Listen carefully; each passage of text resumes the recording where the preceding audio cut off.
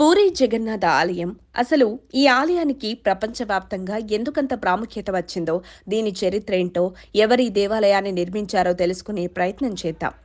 ద్వాపర యుగంలో భారతదేశాన్ని పాలించిన ఇంద్రద్యుమ్న అనే రాజు విష్ణు భక్తుడు. ఒకరోజు ఆయనకు కలలో విష్ణువు దర్శనమిచ్చి తన కోసం ఒక గొప్ప ఆలయం నిర్మించమని ఆదేశించాడు.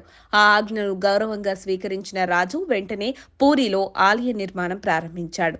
అయితే విగ్రహాలను ఎలా రూపొందించాలో తెలియక తడబడిపోతాడు. కలలో కనిపించిన రూపాన్ని శిల్పంగా ఎలా మలచాలన్నదే అతని బాధ. ఈ ఆలయంలోని ప్రధాన మూర్తులు చెక్కతో తయారైనవే. శ్రీకృష్ణుడు, బలరాముడు, సుభద్ర సమేతంగా ఉన్న ఈ దేవతలు చాలా విశిష్టత కలవు. జగన్నాథ అంటే జగత్ ప్లస్ నాథ్ అనే అర్థం. పురాణాల ప్రకారం శ్రీకృష్ణుడు ఈ లోకం విడిచిన తర్వాత ఆయన శరీరంలో ఒక భాగం కాలక పడలేదు. ఆ భాగాన్ని సముద్రంలో వెదజల్లగా అది నల్లటి శిలగా మారింది.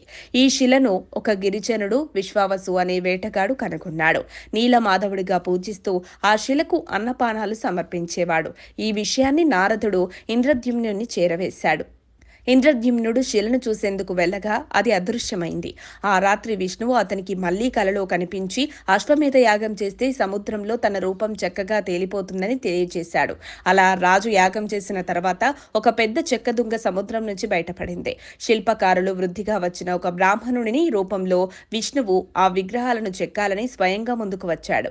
విష్ణువు చెప్పినట్లే వృద్ధ బ్రాహ్మణుడు తలుపులు తీయకూడదని చెప్పి పని ప్రారంభించాడు. కాని రాజు ఆసక్తితో తలుపు తెరిచి చూసి విగ్రహాలు అసంపూర్ణంగా మిగిలిపోయాయి. అవి చేతులు కాళ్ళు లేకుండా ఉంటాయి. కానీ మహావిష్ణువు మళ్లీ కలలో వచ్చి అవే తన కోరిక ప్రకారం అయ్యాయని చెప్పి వాటిని ప్రతిష్ఠించమన్నాడు. అలా జగన్నాథుడిగా ఆ విగ్రహాలే ప్రసిద్ధి చెందాయి. పూరి జగన్నాథ ఆలయ నిర్మాణం అనంతవర్మ చోడగంగాదేవి కాలంలో అనగా 1078 1148 సంవత్సరంలో ప్రారంభమైంది. అనగా భీమ్దేవ్ 1174లో ఆలయ నిర్మాణాన్ని పూర్తి చేశాడు. తర్వాత చోడగంగ మహాదేవు రాజగోపురాన్ని నిర్మించగా అనంగ మహారాజు ఆలయం చుట్టూ పలు దేవాలయాలు నిర్మించాడు. వాటిలో అలోక్నాథ్, లక్ష్మీ నరసింహుడు, వరాహస్వామి ఆలయాలున్నాయి. పూరి జగన్నాథ ఆలయం భక్తులకు ఎంత పవిత్రమైందో అందరికీ తెలిసిన విషయమే. ప్రతి ఏడాది జరిగే జగన్నాథ రథయాత్ర ఎంతో గొప్పది. ఈ ఆలయాన్ని ప్రత్యేకం చేసే అంశాలలో అసంపూర్తి విగ్రహాలే ఒక ప్రధాన కారణం. ఇవి మహావిష్ణువు స్వయంగా కోరుకున్న రూపాలుగా పరిగణించబడ్డాయి. ఇంతటి గొప్ప చరిత్రను కలిగి ఉన్న పూరి జగన్నాథ ఆలయం భారత సంస్కృతి, భక్తి పరంపరలో ఒక అపురూపమైన ఆధ్యాత్మిక కేంద్రం అని చెప్పాలి.